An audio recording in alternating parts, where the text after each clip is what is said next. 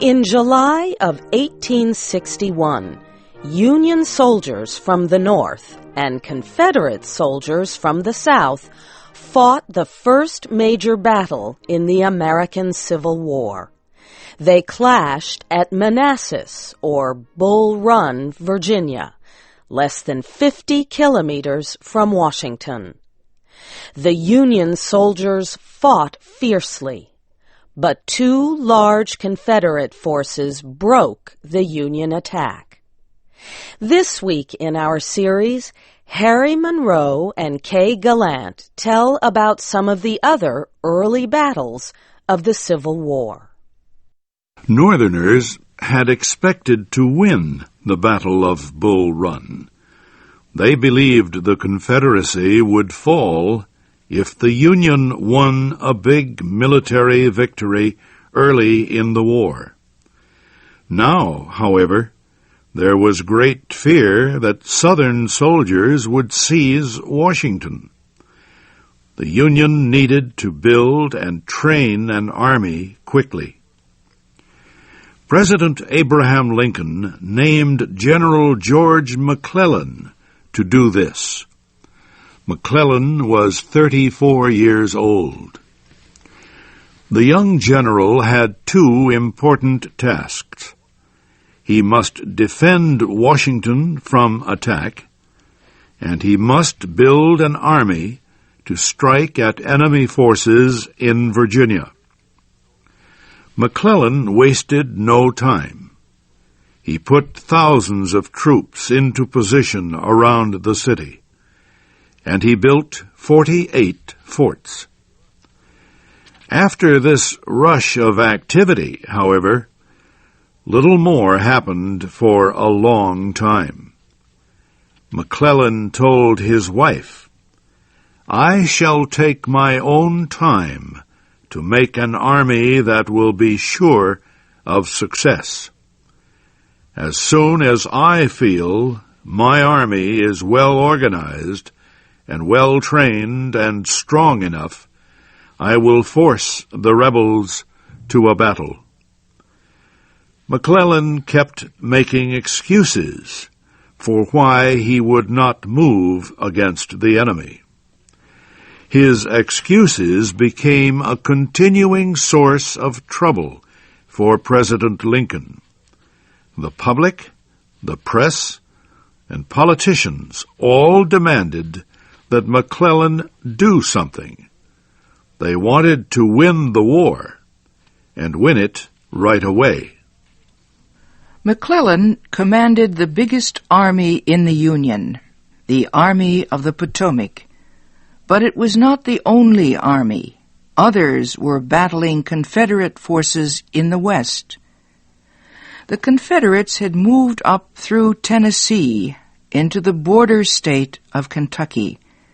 They built forts and other defensive positions across the southern part of the state.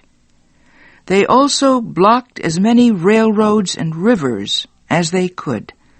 Their job was to keep Union forces from invading the South through Kentucky. One of the Union generals in the area was Ulysses Grant. Grant had served in the Army for 20 years. He had fought in America's war against Mexico and had won honors for his bravery. When that war ended, he was sent to an army base far from his wife and children. He did not like being without them, and he did not like being an officer in peacetime. Grant began to drink too much alcohol. He began to be a problem. In 1854, he was asked to leave the army. When the Civil War started, Grant organized a group of unpaid soldiers in Illinois. With the help of a member of Congress, he was named a general. All of the other Union generals knew Ulysses Grant. Few had any faith in his abilities. They were sure he would always fail.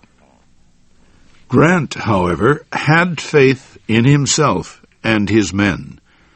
He believed he could force Confederate soldiers to withdraw from both Kentucky and Tennessee.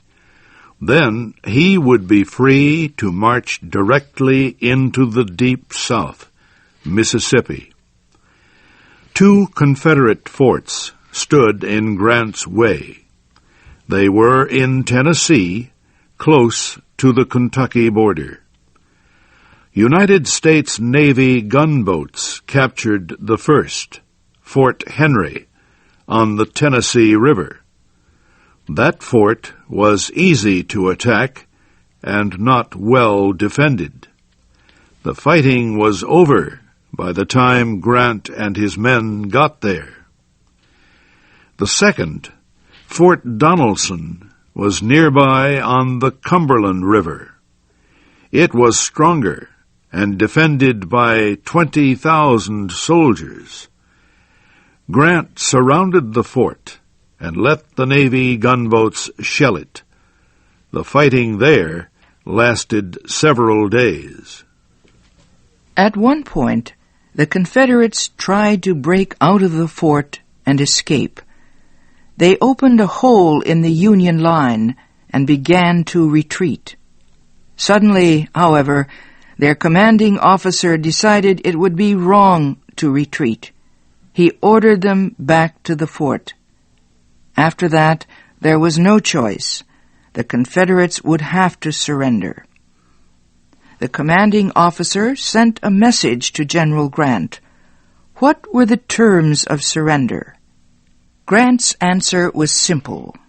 No terms except unconditional and immediate surrender. The Confederates gave up Fort Donelson. Grant took 14,000 prisoners.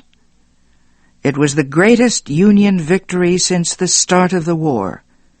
Ulysses Grant was a hero. Newspapers called him Unconditional Surrender Grant. After the Union victory at Fort Donelson, Confederate forces withdrew from Tennessee.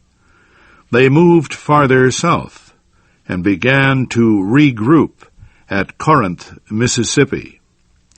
Confederate generals hoped to build one big army to stop Ulysses Grant. They would have to move fast. Grant was marching toward Corinth with 40,000 men. Another 35,000, under the command of Don Buell, were to meet him on the way. Grant arrived in the area first. He waited for Buell 30 kilometers from Corinth, near a small country meeting hall called Shiloh Church. Confederate General Albert Sidney Johnston was waiting too. He had more than 40,000 men, about the same as Grant, and he was expecting another 20,000. But when he learned that Grant was nearby, he decided not to wait. He would attack immediately. Johnston did not know it, but his attack came as a surprise to the Union Army. Union officers had refused to believe reports that Johnston was on the move. They said his army was not strong enough to attack. Union troops did not prepare defensive positions. They had no protection when the battle began. The fighting at Shiloh was the bitterest of the war. It was not one battle, but many. Groups of men fought each other all across the wide battlefield. From a distance, they shot at each other. Close up, they cut each other with knives. The earth became red with blood. The dead and wounded soon lay everywhere. At first, the Confederates pushed Grant's army back. They had only to break through one more line, and victory would be theirs. But in the thick of the struggle, General Johnston was shot in the leg. The bullet cut through an artery. Johnston bled to death before help arrived. Any hope for a Southern victory at Shiloh died with him. By the time the fighting began again the next day, General Buell had arrived to help Grant. The Confederate Army retreated. The Union Army let it go. Shiloh. The word itself came to mean death and destruction. The Battle of Shiloh had brought home to the American people, both of the North and South, the horror of war. It was the first time so many men, 100,000, had fought against each other in the Western world. It was the American people's first real taste of the bloodiness of modern warfare. As one soldier who fought there said, it was too shocking, too horrible. I hope to God that I may never see such things again. The North won the Battle of Shiloh, but it paid a very high price for victory. More than 13,000 Union soldiers were killed, wounded, or missing. On the Confederate side, more than 10,000 soldiers were killed or wounded. The North celebrated the news of its victory, but joy quickly turned to anger when the public learned of the heavy losses. People blamed General Grant. They demanded that President Lincoln dismiss him. Lincoln thought of the two men who were now his top military commanders, McClellan and Grant.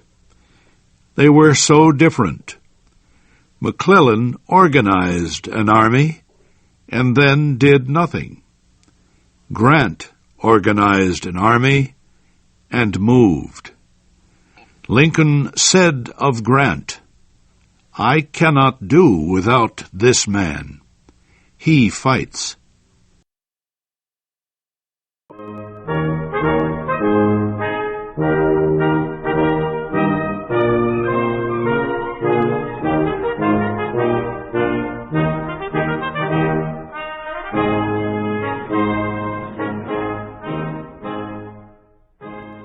Thank you for watching. Can you do me a favor? Please leave a comment in the comments section below. That would really help. Thank you, and see you again soon.